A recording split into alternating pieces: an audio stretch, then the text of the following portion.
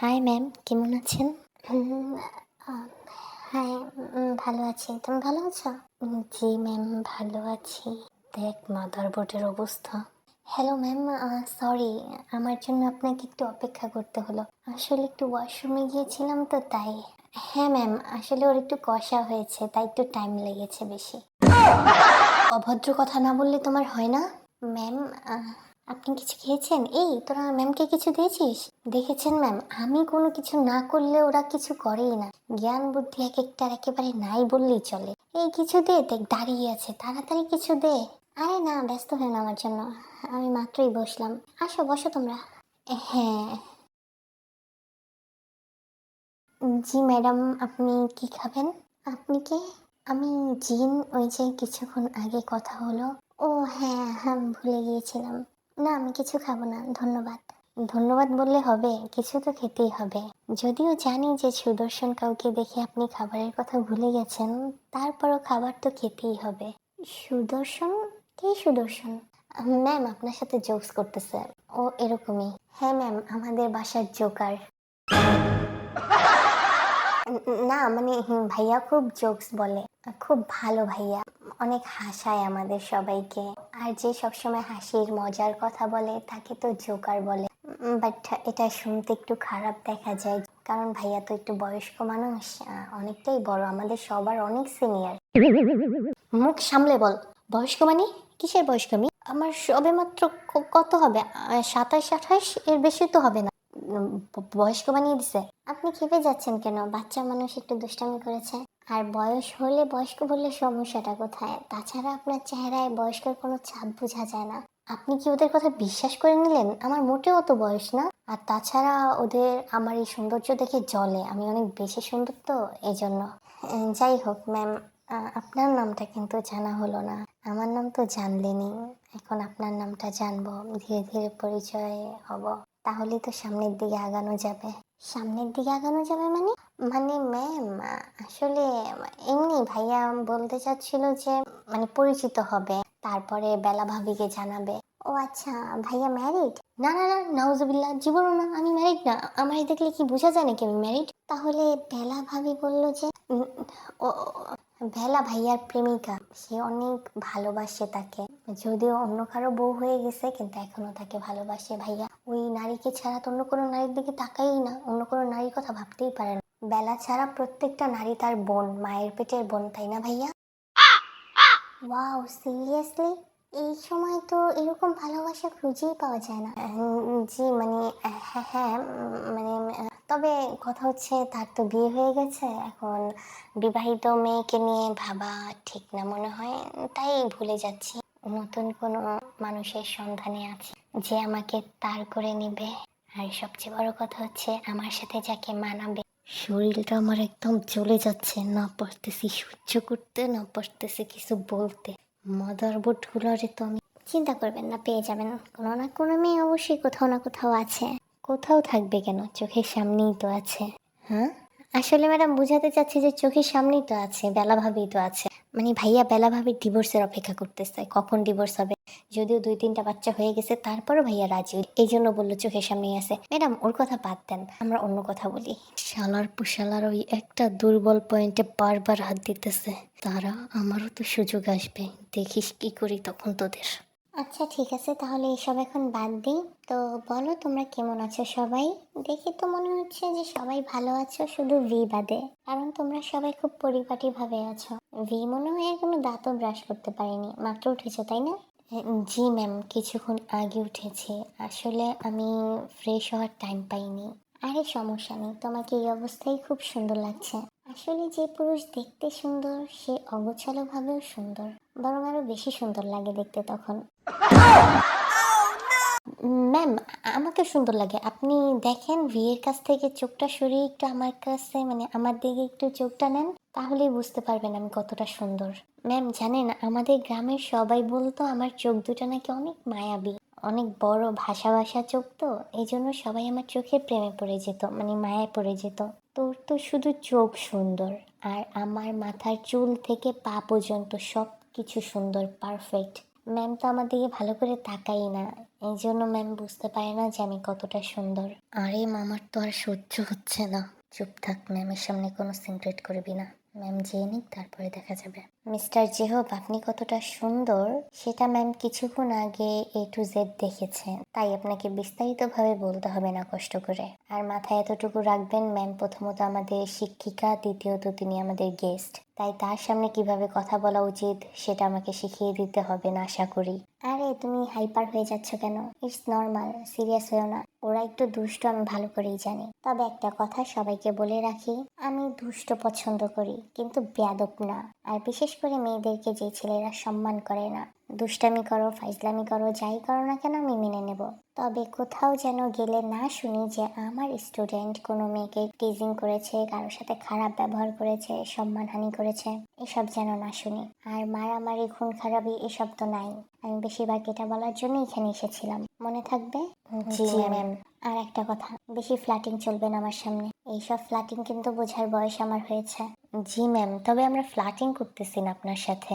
আসলে সত্যিই আমরা দেখতে অনেক সুন্দর, আপনি তো তাকিয়ে দেখেন না, শুধু ভিকেই দেখেন, এই জন্য আর কি বলতেছিলাম। আর হ্যাঁ ম্যাম, আপনি শুধু ভিকে কদর করেন এটা দেখে আমাদের অন্তরে খুব আঘাত লাগে। আমরা সেটা সরাসরি বলতে পারি না, তাই আপনাকে এভাবে বলেছি। তোমরা প্রত্যেকে আমার স্টুডেন্ট, শুধু ভি না, তাই প্রত্যেকে আমার কাছে সমান, কেউ কোনো স্পেশাল না।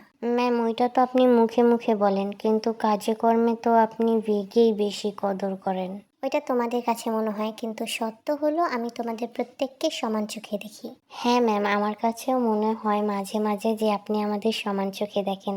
সুন্দরী মেয়েরা তো কখনো দু চোখে দেখতে মানে ম্যাম, আপনি সুন্দর তাই সুন্দর বলেছি, অন্য কিছু ভাববেন না। এখন তোরা কথা বলা বন্ধ কর, তাহলে ম্যাম আর কিছু ভাববে না। কথা বলা বন্ধ করে কিচেন রুমে যা, ম্যামের জন্য খাবার নিয়ে যা। তাড়াতাড়ি ফ্রিজ থেকে ফল নামা, আমি লেবু দিয়ে শরবত বানাচ্ছি। আর শোন, ওই ডিব্বার ভিতরে দেখ বিস্কুট আর চানাচুর আছে, ওগুলো বের কর। কি হলো, চুপ করে দাঁড়িয়ে আছিস কেন? যা তাড়াতাড়ি কর। মানে কি হলো, মানি মানি করতেছিস কেন? দেরি হয়ে গেছে, দেখোস না ম্যাম কতক্ষণ ধরে বসে আছে। তাড়াতাড়ি কর। লেবু কোথায়? শরবত বানাবো, লেবু কোথায়? খেয়ে ফেলছি কালকে ভাত দিয়ে। দুইটা লেবু ছিল, দুটোটাই খেয়ে ফেলছিস, রাক্ষস কোথাকার। আচ্ছা ঠিক আছে, তাহলে আমি এখন চা বানাচ্ছি, আর তোরা ওগুলা কর, তাড়াতাড়ি কর। ফ্রিজে তো ফল নেই। ফল নেই? ফল গেল কোথায়? গতকালকেও তো দেখলাম। আমরা তো খেয়ে ফেলছি। ফলও খেয়ে ফেলছোস? তোরা না বললি তোরা রান্না করে খাবার খাইছোস? হ্যাঁ খেয়েছি, কিন্তু রান্না হইতে হইতে অনেক টাইম লাগতেছিল, এরপরে ফল খেয়ে ফেলছি সব। কি মনটা লাগে। খেয়ে ফেলছিস তো ফেলছিসই। এখন তাহলে ওই ডিব্বা থেকে বিস্কুট আর চানাচুর নামা। কি হলো, এগুলো খেয়ে ফেলছিস? তাহলে চাপাতি রাখছিস কেন? এই চাপাতিও খেয়ে ফেলতি। একটা কিছু ঘরের ভিতরে থাকে না, যা আনি তাই সব শেষ। তুই কি একা আনস নাকি? আমরাও তো আনি। তো আনলেই খেয়ে ফেলতে হবে? একেবারে নিজেদেরই সব শেষ করে ফেলতে হবে? তাহলে কার জন্য রাখবো? আমাদের ঘরে কি কেউ আসে নাকি? হুট করে ম্যাম আসবে কে জানে। আর ম্যামও আছে, একটু বলে আসবে না? সঙ্গে আবার কিছু আনেও নি। একটা বাড়িতে একটা মানুষ আসলে তো কিছু আনতে হয়।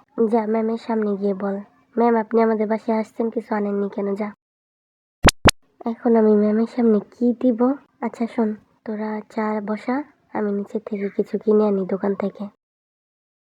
এক্সকিউজ মি ভাইয়া। জি, আমাকে বলছো? হ্যাঁ আপনাকে বলছিলাম। আপনি ওই ব্যাচেলার মেম্বারের ভিতরে সবচেয়ে বড় মেম্বার না? আপনার নাম মনে হয় জিন, তাই না? হ্যাঁ, কিন্তু তুমি কে? আপনি আমাকে চিনবেন না, তবে আমি আপনাদের সবাইকে চিনি, বিশেষ করে তাকে। আচ্ছা যাই হোক, যেটা মেন কথা সেটাই আসি। আপনারা বাসা খুঁজছেন মনে হয়, আগামীকালকেই তো লাস্ট ডেট আপনাদের চলে যাওয়ার এই বাসা থেকে। তো আপনারা তো এখনো বাসা খুঁজে পাননি, তাহলে কোথায় যাবেন? দেখি বাড়িওয়ালি আন্টির হাতে পায়ে ধরে যদি কয়েকদিন বাড়ানো যায়। মনে হয় বাড়ানো যাবে না, তার থেকে বরং এই বাসা আপনারা ছেড়ে দেন। আমার কাছে একটা ভালোবাসা আছে। ভালোবাসা দিয়ে আমি কি করব? তো খারাপ বাসায় থাকবেন নাকি? ও তুমি ভালোবাসার কথা বলতেছো, আর আমি ভালোবাসা ভেবেছি। তো সেই ভালোবাসার সন্ধানটা কোথায়? মানে কোন জায়গায় সেই ভালোবাসা? মানে বাসা ভালো না, মানে গুড হোম, গুড বাসা কোথায়?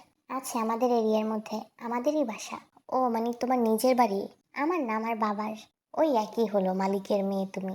আমাদের কি করে চিনলে তুমি? আর জানলেই কি করেছে আমাদের বাসা নেই, বাসা খুঁজতেছি আমরা? বললাম না আমি আপনাদের খুব ভালো করে চিনি, ওইটা অনেক বড় কাহিনী, কোনো একদিন বলবো। এখন যে বিষয় বলতে এসেছি সে বিষয় বলি। আমাদের ওই বাসা একদম খালি, আপনারা চাইলে আজকেও চলে যেতে পারেন, তবে একটু প্রবলেম আছে। কি প্রবলেম? আসলে আমার পাপ্পা রাজি হবে ব্যাচেলার দিতে, কিন্তু আমার ভাইয়া খুবই কঠিন, অনেক রাগী একটা মানুষ, সে ব্যাচেলার ভাড়া দিতে চাইবে না। তাহলে কেন এসেছে শুধু শুধু কথা বলতে? এমনিতেই আমার লেট হয়ে গেছে। সরো সরো, যাও বাসা যাও। ভাইয়া শুনেন না আমার কথা, আমার কথা তো শেষ হয়নি। তোমার কথা শেষ হওয়া পর্যন্ত আমি বসে থাকবো? এই কথা শুনে আমার কোনো লাভ আছে? ব্যাচেলার ভাড়া দিতে পারবো না, তাহলে এই কথা শুনে আমি কি করব? আমরা তো ব্যাচেলার, আমার কি ফ্যামিলি আছে নাকি যে ফ্যামিলি নিয়ে যাব? ফ্যামিলি নেই তো কি হয়েছে, ফ্যামিলি কি বানানো যায় না? আমি একদিনের মধ্যে ফ্যামিলি কি করে বানাবো? একদিনের মধ্যে বিয়ে করা, তারপরে বাচ্চা, বাচ্চা তো ধরলা না হলো 1 বছর লাগবে। আর বিয়ে করতে আমি মেয়ে পাবো কোথায়? আপনাকে কে বলেছে বিয়ে করতে? বিয়ে না করে ফ্যামিলি বানাবো কি করে? অন্য মেয়ে ভাড়া করে আনবো? না, এটা হয় না। কি সব আবল তাবল বলতেছেন আপনি? অন্য মেয়ে ভাড়া করেই আনবেন কেন? তাহলে ফ্যামিলি আমি কি করে বানাবো? আমার পরিবারে বা আমার রুমমেটের 6 জনের পরিবারে কেউ আসবে না, তাহলে ফ্যামিলি কি করে হবে? এটার জন্য আমার মাথায় একটা আইডিয়া আছে। কি আইডিয়া? আপনারা মোট 7 জন ছেলে, এর মধ্যে 2-3 জন মেয়ে সাজবেন, আর 2-3 জন ছেলে। ছেলে তো সাজা লাগবে না, ছেলে তো অলরেডি আপনারা আছেনই তো। তো কিছু না, এটা কোনোদিন সম্ভব না। একটা ছেলে কখনো মেয়ে সেজে থাকতে পারে না। সো আমরাও পারবো না।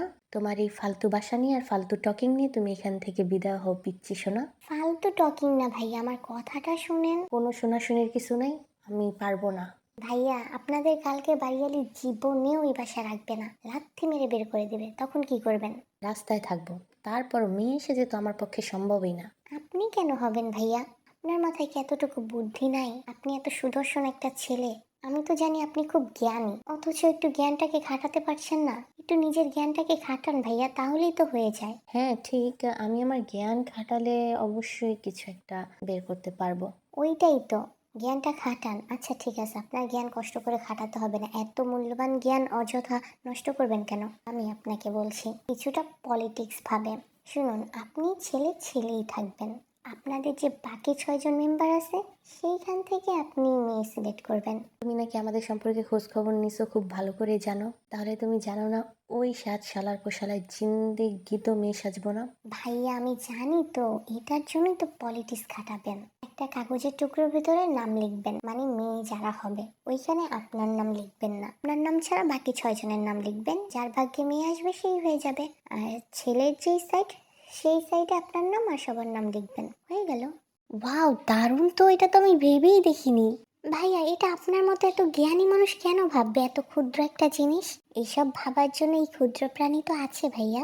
মাশাল্লাহ, তুমি তো খুব কিউট করে কথা বলো, কতটা ভালো তুমি। ভাইয়া যখন ভালো বললেনই আমাকে ভালো লেগেছে, তখন এই মানুষটাকে, এই নগণ্য ক্ষুদ্র প্রাণীটাকে আপনার বোন বানাবেন ভাইয়া?